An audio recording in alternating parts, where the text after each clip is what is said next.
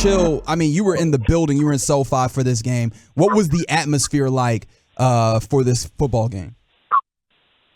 I mean, we all knew it was going to be a pro-Cowboys crowd just because every time they go to California it's that way. In L.A., every game, I think Mike McCarthy said, he was going to ask them today about if there was more Cowboy fans there at the Washington game. And Washington said with more Cowboy fans at SoFi, and it sounded like that, it looked like that. The atmosphere was great. This was a situation where everybody was like, okay, this is the time the bubble burst for Cooper Rush and the Cowboys. They're playing the defending Super Bowl champion. They're at home. They're upset. Their coach has never been under 500 in his career since he's been a head coach. They come off that Monday night loss. They're defending Super Bowl champion. You thought that this was Sean McVay. They were going to have some for these Cowboys ready to go. For the Cowboys to win that game, you can say the Rams are 2-3, but it was a legitimizer. It's one thing, they beat the Redskins or they beat the Bengals, don't have a, offensive line, or they beat the Giants, which we didn't think the Giants would be 4-1 at this point either. But this was a legitimizer, and this tells you that the way the Cowboys playing, the type of team they have, their style of play, it's for the long haul. This was a legitimate win that showed you this team is for real.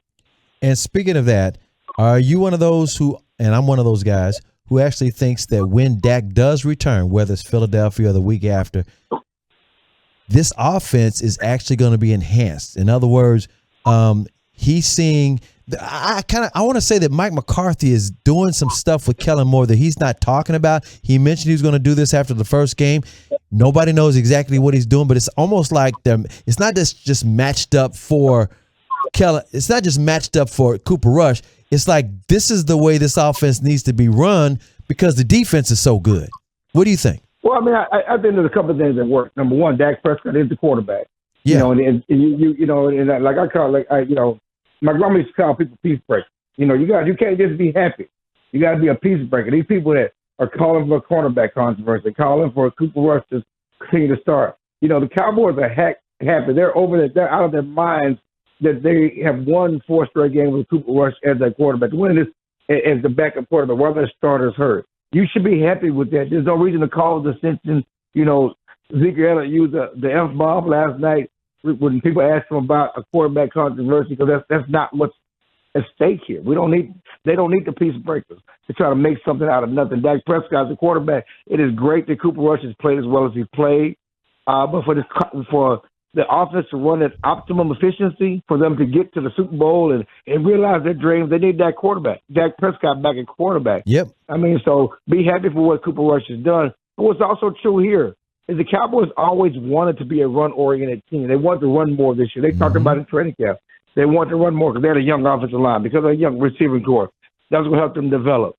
So they wanted to run. Certainly, and with Cooper Rush, as you see how well those defenses play, they're able to lean on the defense. They've been running the ball well. They're able to run the ball. And these are things they're going to continue to do when Dak Prescott comes back. They need to be better on third down. They'll be able to be better throwing the ball. There are games where they're going to need to throw, and that's why you need Dak in there. But this is the formula. This is run the ball, play good defense, and convert third downs and take your shots down the field. But that's going to be the formula. You don't turn the ball over, because this defense, this is doomsday-esque. I mean, whatever you want to call it, this defense is for real. I was in the fourth quarter of that game, and the Rams are not scoring double-digit points. This game is over. No one, what they've done, through the first 5 games this season with only limiting 1 touchdown a game, nobody scored on the Cowboys. Right. And you're certainly not scoring multiple touchdowns on the Cowboys. And so you look at this schedule going forward, who scares you? Outside, the Eagles are a pretty good team. And they've shown that. They should have been beat yesterday. The Cardinals and Coach Bro and Kyler Murray, they messed that up at the end yesterday. They had a chance to certainly send that game in overtime. They really messed it up at the end yesterday. But, outside the Eagles, and I think that with Dak Prescott, whether he comes back this game or in the future against the Eagles, this is going to be a 2-team race in the NFC East between the Eagles and the Cowboys. But outside of that, you start Green Bay, look at the other teams on the schedule. There's no formidable opponent that the Cowboys can beat. So, Chill, you mentioned in that answer that, the deficiencies that the offense has had. And, of course, Dak Prescott coming back will help that in some ways. But is that the entirety of the answer to kind of fixing their third down woes and helping them be more potent? Or is there something else that they've maybe expressed or shown that could get them right? I mean, first of all, the good news is the Cowboys are 4-1 playing great, but they have a chance to get better. At some point, Jason Peters is going to be able to play, hopefully, for the Cowboys. And Tyler Smith is going to continue to grow and mature and get better. I mean, people want to point out that he gave up 2 sacks and gave up 2 flags in the first half. What did he do in the second half? That's right. Did you see any sacks on him in the second half? Nope. So, I mean, he matured during that game. He got better. He settled in. He's going to continue to get better. Yes, you got Michael Gallup. He's only played 2 games. This offense, the receiver corps is going to have a chance to get better, and they have a chance to get better with Dak Prescott, who's legitimately a top 10 quarterback and one of the best quarterbacks in the NFL at the helm, and to be able to convert some of those third downs and make the plays that Cooper can't make. So, this again, that's why Jerry was so happy last night. This has been gravy. No one this is added value. No one saw it coming. This is just gravy, and it's such a confidence boost for this football team. And the same thing with Michael McCarthy. They just talked about how this is just a confidence boost for the team because they know they have a chance to get better when they get their horses. And that horse is Dak Prescott. There's another situation I'm kind of curious about because I think it kind of surprised a lot of people here. I wonder if you've got some more intel on this. What the hell is going on with the deep snapper situation? How in the world that happened on the? I mean, we saw what happened on the missed extra point. That was not Maher's fault. That was the deep snapper. And who the hell is this new deep snapper? And why is he even there? Well, first of all, there are 2 things. Jake McQuaid, the deep snapper, got hurt. He's out for the season. The whole season? Oh my God! I didn't even know that. Yeah, that happened last week. So he got hurt, and so they had to replace. They signed a deep snapper. They signed actually 2 deep snappers to the practice squad last year. And Matt Overton, the guy who snapped in the game, was signed to the roster on Saturday before the game. In his defense, his snap was perfect. Okay? It was a perfect snap. He just snapped it too early. He had no other issues after that first one with deep snaps, field goals, punts. He was not a problem. But that first snap, the hand signal, and we expected that was going to happen. It was that first time out. He hadn't been there. The operation was a question mark, and he did have, he snapped it too early before Brian Anger was ready, and that was what happened on the PAT after the first touchdown. But 3 field goals later, a few more PAT later, they were all perfect snaps. All the punts were perfect snaps. He did okay. Okay, I just was checking because, around here, Cowboys fans are used to a long snapper being on the team, a decade or so with no issues. Yeah, no, Jake McQuaid got hurt, and he's out for the season. They had to sign somebody in the middle of the season. This guy is 40 years old. He's a veteran deep snapper. He actually snapped the ball perfectly. He just snapped it too early on that one time.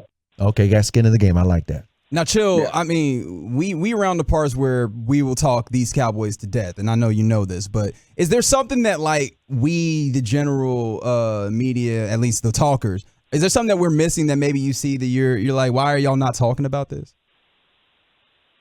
No, man, I mean, you guys do a good job of covering y'all. All press conference covering every aspect of the team. I mean, I and certainly talking about every aspect of the team. There's really nothing that I don't think is not being discussed, other than the fact that y'all need to give Mike McCarthy some credit. Give him some damn more credit. Oh, I've been giving him credit for what he's had to endure before the season, during the off season. Job is on the line. All the stuff, with Sean Payton, and not just Sean Payton, even Dan Quinn. For him to right this ship, especially where everybody thought about this team after their first game. And after losing Dak Prescott, when everybody thought the season was over, for him to keep these guys engaged and playing well and confident, and Cooper Rush and all this, the way they played, that's for Mike McCarthy. Look at his record. Look what he's done. I'm thinking he has a winning record without Dak Prescott as head coach. That's unheard of. Name me a head coach that loses their franchise quarterback, and how many have a winning record with their backup? That goes back to 2020, even a bad year in 2020. But add them all up, and right now he has a winning record with his backup quarterback. That says a lot about Mike McCarthy and the system and how he prepares this team. This team does not panic. It's not just Cooper Rush was calm. This whole team is calm. They don't get flustered. Bad situations, defense, certainly we love Dan Quinn, but this defense, they get put in bad situations. They raise their level of play. The offense, every time Cooper Rush has trailed in a game, he's led the team to a touchdown drive to take the lead. They've never trailed again. So Chill, sorry, I didn't mean to step on you there. Oh, I'll give you one more real quick, Okay. Chill, about giving him credit. I've been giving him credit because he cleaned up them damn penalties like he said he would. This team does not, they're not penalized. They're more disciplined. I've been blown away by that, and I have to give him his props. Oh, there's no doubt. He's done a good job of cleaning a lot of stuff up. And so, a lot of what does he do on the side? I mean, and he's been great with us. I'm going to give him credit. He's affable. He's entertaining. We have fun. Me and him go back and forth. It was funny because, it's right about alley, Chris. We got to talk about the DOC. That's right. I'm like, Mike, last night, I'm like, Mike, what you know about the DOC? He's talking about, the DOC came and spoke to the team. I'm like, Mike, what you know? You don't think I know about the DOC, Clarence? You don't think I know about the DOC? Like, yeah, no, you don't know anything about the DOC. You don't know about Hold up, hey. Okay. You don't know about the DOC, and I don't know if you guys heard the story about the DOC speaking to the team before the game Saturday night. No, tell us about that. That's some good news, especially for our show. Yeah, that's my boy. Yes, he spoke to the team Saturday night before the game, gave an inspirational message. One news for you: there's a documentary on his life coming out. Yep. He was part of Straight Outta Compton. Here's a kid from West Dallas, took the name DOC, went out to California, and he collaborated with NWA, helped found Death Row Records, was a big-time producer and wrote raps, for Dr. Dre and Michelet, and certainly had, his own stuff, and he doesn't have a car wreck. They will tell you, if he doesn't have a car wreck, he's the best to ever do it. And hurt his throat, he may have gone down as one of the greatest, if not the greatest rapper of all time. That's how good he was. That's how good his flows were. Yeah. He was a bad boy. Hey, okay? Chill, did you know I was in his very first video? No, I did not know that. I did not know that. And I brought him up to the studio for G-Bag Nation years later. That's my guy for real. Wow. So to make a long story short, somehow he and Mike McCarthy's daughter have a relationship, and they've been collaborating and doing some business things in California for a long time. So Mike McCarthy actually knew who he was and met him and asked him to come and speak to the team. That's awesome. About his, the things he's gone through and perseverance and overcoming, the things he's had in his life. And he spoke to the team Saturday night before the game. And I talked to the police. I was, Mike McCarthy told us that today because, I was like, man, what do you know about the deal? I know the deal. That's old school. That's right in my era.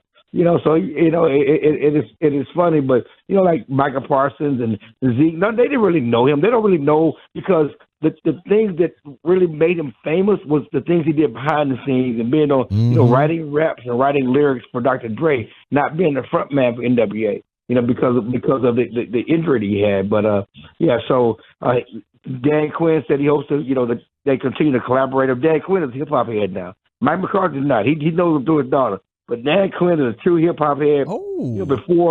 During the practice every week, they play the music in practice is always from the opposing city. So it was West Coast raps all in practice last week, right? Mm-hmm. And West Coast hip hop. And Dan Quinn was mouthing the words. We were watching him mouthing the words, doing the warm up.